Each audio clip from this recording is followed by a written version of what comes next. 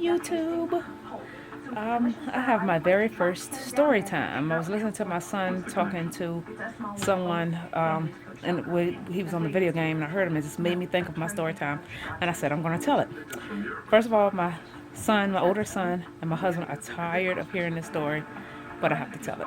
It was kind of funny. It had to be the late 70s because I'm born in 74, so I'm thinking I was about 3 or 4 when this happened. So this had to be 77, 78. And I went with a neighbor that lived across the street, her and her children. I went with them to the grocery store. Well, at that time, back in the day, you can leave your kids in the car, and we were fine, sitting in the car. Her kids were also older than me. So remember, I'm 3 or 4. This is an old school car, and the car was parked on like an incline going to the grocery store. And I'm sure she had the maybe like the brake pedal or something pushed down on it. Well, her son, I guess, pulled it. I have no idea about the old car, so older people, you'll know what I'm talking about. He did something to release that brake. The car started coming back down the hill, and I'm guessing that it would have eventually rolled slowly into the store. But before that happened, a gentleman that worked in the store and the lady that I went to the grocery store with, Miss Dorothy, was coming out of the store. So they were able to hop in the car, press the brake, and get everything, fine and everything like that. Well, when she gets in the car, she's huffing and she's puffing and she's hot. And she said, "Who did it? Who did it?" And her sons all looking around. She did it. Tinka did it. That's me. I was like, "No, I didn't. I didn't do it. You did it. I knew exactly who did it. It was her son, one of her sons that did it." And I said, "It wasn't me. It wasn't me. I promise you, it wasn't me." And I guess she just believed her son. On the way home, we lived maybe not a mile from the store, 2 miles. And I'm, on the way riding home, and I'm just like, I hope she doesn't think that I did it because I didn't do it. And I wasn't like a crier or anything like that, but got out of the car. She sent her kids in the house, taking in the groceries because she had like boys. And with me, when I got out of the car, her son still stuck by that lie, saying that I released the brake because I'm the baby in the car. I'm 3 or 4.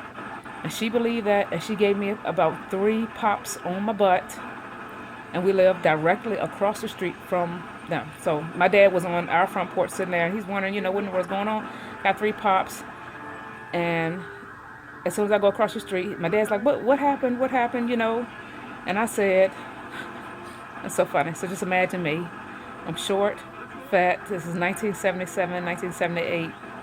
Pudgy. I put both of my hands on my hips, and I said, "Well, you ain't nothing but a stupid sucker." Well, sucker, that was a big time word for somebody back in the day. I wouldn't say any curse words.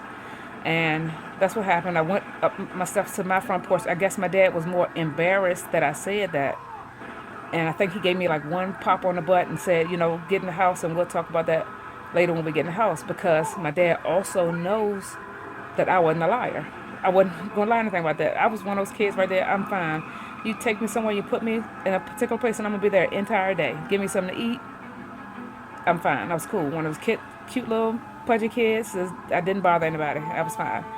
And when he came in the house, he was like, "Well, did you do it?" And I said, "No, Dad, I didn't do it. I really didn't. Her son did it." And he said, "I believe you." And I said, "Why did you pop me?" He said, "Well, I just did it because you were out there and you put your hands on your hips and you told her she was a stupid sucker and you shouldn't have said that. And so that's why I popped you. But other than that, you didn't do anything wrong." So that's what happened. What made me think about it was that was Miss Dorothy. She lived across the street from our house for a lot of years. Very, very close family friends. She just passed. I don't think it's been 2 months yet. So it just made me think about her. Rest in peace, Miss Dorothy. And my dad's dead. He's passed on when I was 12. And so rest in peace, Dad. So I know that y'all are going away from here. I know you're not seeing these YouTube videos, but just the thought of it was just one of those funny things that Tyrone said, "You need to really record this story. I'm so sick and tired of hearing you tell us about your story in 1978 or 1979 when you got a whipping from Miss Dorothy, a neighbor across the street, for doing something that you didn't do, and then when you got home, your dad popped you once because he was embarrassed." So that's what happened with that. So that's my one little story time. I have a whole lot more, but that's the one that just came to mind, and I said I have to go ahead and get this in here for my YouTube people. So no XJW anything, just a little story time about what happened to me when I was about 3 or 4. I was a sweet little kid, sweet little fat kid, just give her something to eat. Lollipop sucker. I didn't bother anybody. Ride on my bike. I was a great little girl. So if I could have a little girl myself, and if I could choose, I would want me. So that's all.